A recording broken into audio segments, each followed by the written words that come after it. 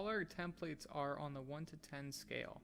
We ask that you design on the templates we provide to ensure your design is printed correctly. If you have elements that need to be rescaled to fit our templates, we will be going over how to do so in this video.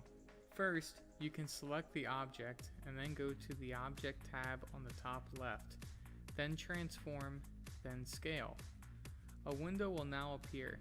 Make sure Uniform is selected and type in 10%. Press OK. This will make the object 10% of its original size.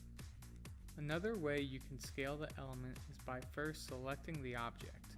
You should now see a box outline appear around it. This is known as the bounding box. With your mouse, you can click and hold any of the corners of the bounding box and drag your mouse around. The object will scale based on where your mouse is positioned. If you hold the Shift key as you move the mouse around, the object will scale evenly.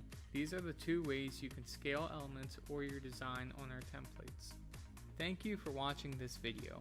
Remember to like and subscribe for more trade show content.